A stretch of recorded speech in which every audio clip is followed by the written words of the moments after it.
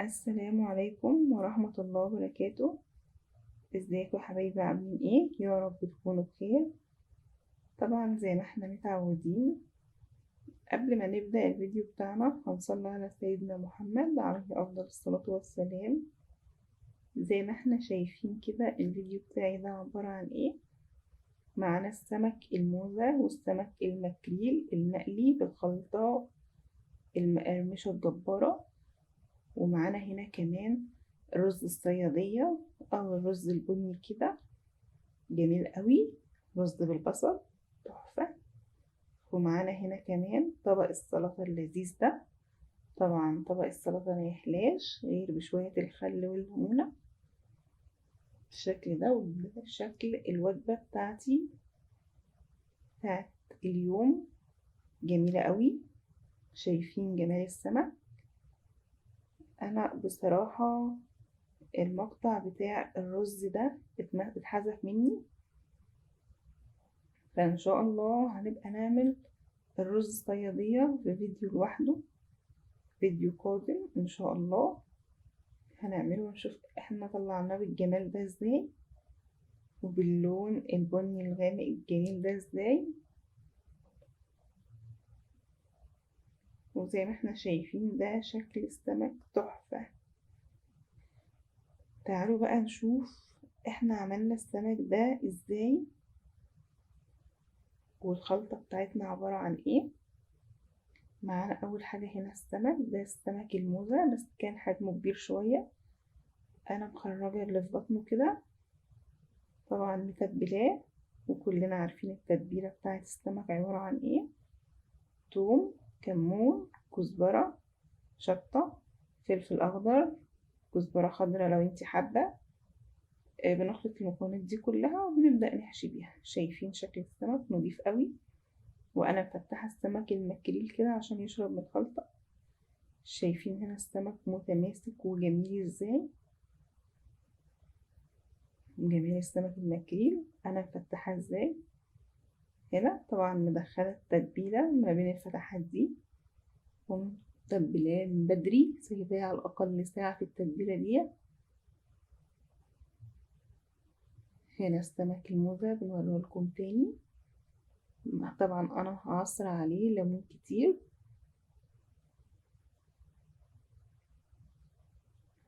شايفين جماله؟ السمك بتاعي صابح.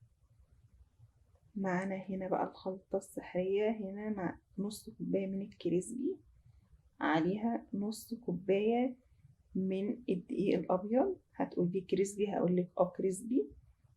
ومعانا التوابل هنا: بابريكا، كزبرة، شطة اختياري، كمون، طبعا ملح. هنضيفهم كلهم كده على الدقيق ديت أو على الخلطة ده، هنخلطهم كويس. وهنبدأ إن احنا ننزل عليهم بحوالي كوباية من المية أو كوباية وشوية كده من المية. هنعملها زي عجينة الكريب أو عجينة القطايف، بس هنا طبعا هيبان معايا الكتل اللي بتبقى في الكريسبي، القطع اللي بتبقى ناشفة في الكريسبي دي. أنا كده بعد ما خلط التتبيلة دي، شايفين هنا القطع الناشفة اللي بتبقى في الكريسبي تطلع مقرمشة على السمك كده تحفة. أنا هنا جبت سمكية من السمك الموزة، هغطسها في التتبيلة بالشكل الجميل ده كده.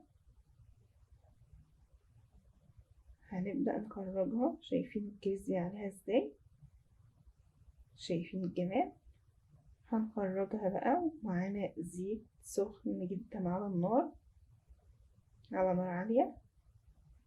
هننزل بيها في الزيت، وهنعمل واحدة كمان.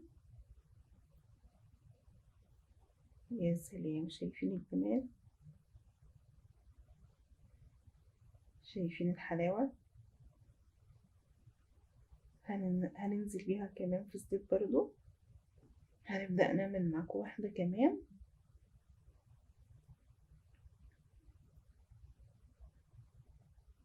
وبعدين هنشوفه هو في الزيت. طبعا انا بحب استخدم ايدي.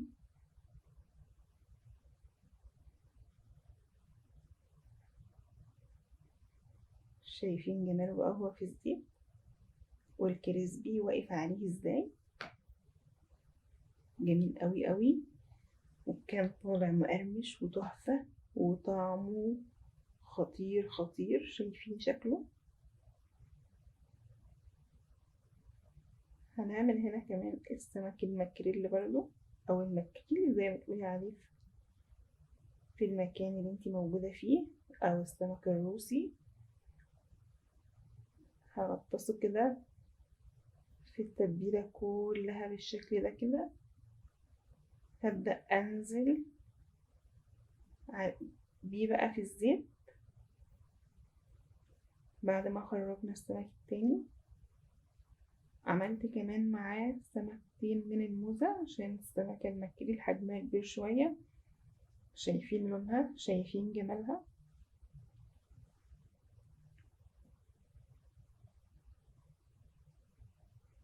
طبعا هنخرجه وهنقدمه، وهنرجع نشوف جماله عامل ازاي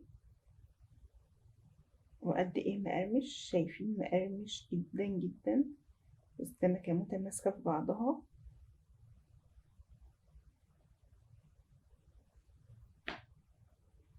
ده شكله بعد ما خرجناه من الزيت وقدمناه بالشكل ده. طبعا بنضيف عليه كزبرة خضراء أو شبت وهو سخن.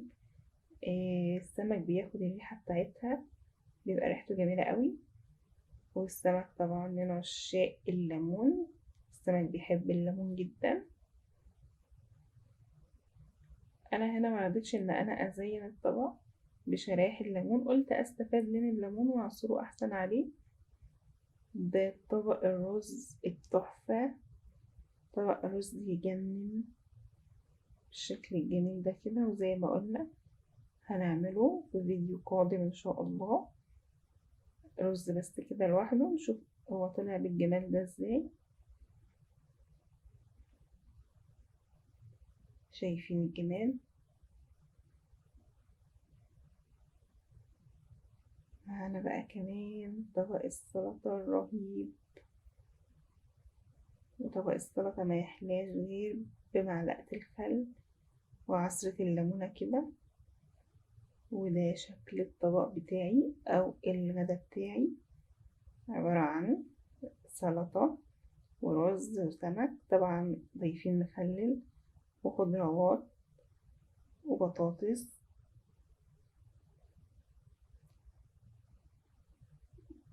وده الفيديو بتاعي. ولو أول مرة تشوفيني ما تنسيش تعملي اشتراك ولايك وشير. والسلام عليكم ورحمة الله وبركاته.